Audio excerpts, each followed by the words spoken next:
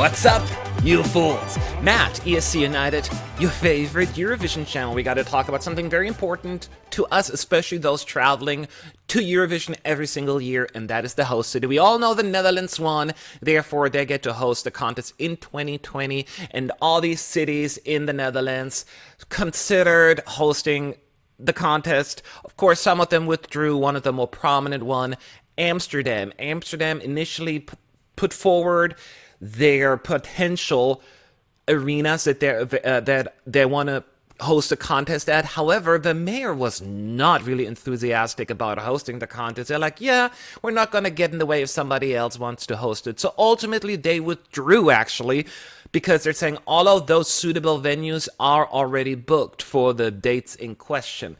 So no Amsterdam. However, the bidding process has closed and 5 cities have submitted their official bid. Those 5 cities are Rotterdam, Maastricht, Den Bosch, Utrecht, and Arnhem. So those 5 cities submitted the paperwork that's needed to apply for hosting, right? So that's the very first step. Now that the deadline has passed, it's up now to the broadcaster, of course, in conjunction with the EBU, to pick the suitable venue and hosting city. 5 of them, they're battling it out. Or are they? Because there is some news in already, and nothing has been officially announced by the broadcaster or the EBU, but we get our information from other newspapers, local Dutch newspapers that shared information. And where we're at right now is that allegedly only 2 cities are left in the running. The question is, who are they? Well, let's talk this through. So the first city that we believe is no longer in the running is Den Bosch. And Den Bosch to me is always a funny name, because until recently I always thought you have to pronounce it S-Hertogenbosch. So I'm so glad you can call it that.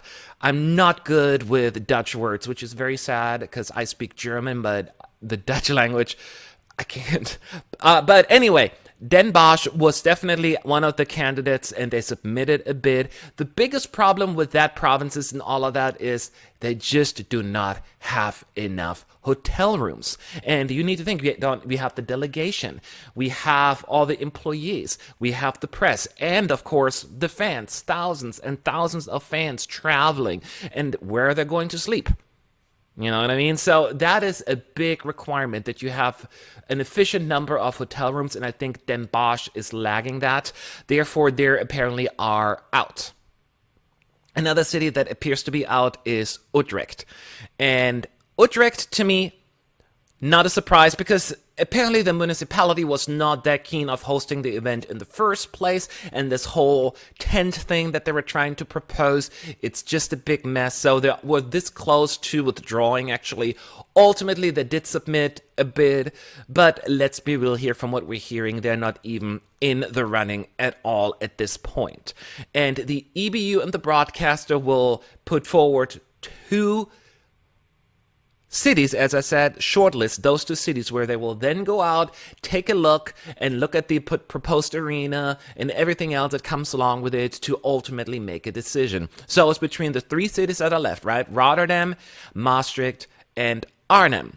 So there are some information that come to mind here, and they're conflicting, so take it with a grain of salt, but it is believed that Rotterdam is a sure finalists. As a matter of fact, we are being told that they already have been contacted in regards to a visit from the organizers to take a look. So that make us believe that they're definitely in the final round.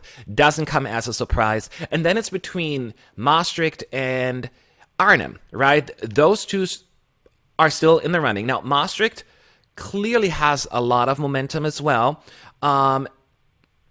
Allegedly, the EBU is actually very much in favor of Maastricht because it's the birthplace of the EU, I think, and it just is the country that brings it all together, being right there between Belgium and Germany, and it's just like this, the heart of Europe and all of that.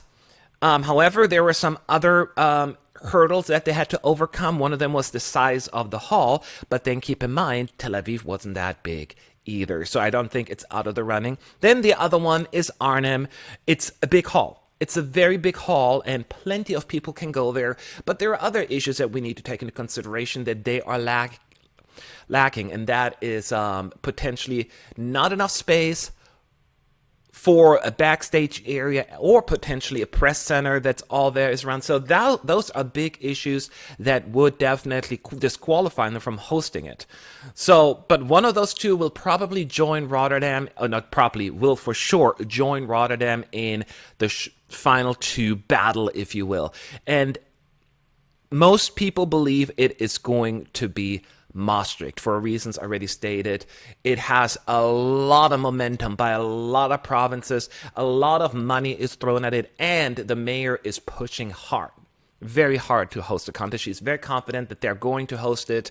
And as pointed out, the EBU is apparently also on board with it.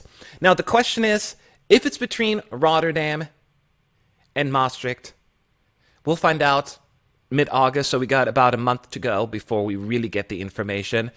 The question is, what makes most sense? What doesn't? Here's my honest opinion, and I'm not going to beat around the bush here. It's got to be Rotterdam. It's got to be Rotterdam. It's got to be Rotterdam. I know there seems to be a thing within the Netherlands that keeps picking on Rotterdam as an ugly city and it has no character. I do politely and respectfully disagree. I love Rotterdam. Don't get me wrong. I wanted to go to Amsterdam. It's a beautiful city. They withdrew. The mayor was like getting cold feet. It didn't happen.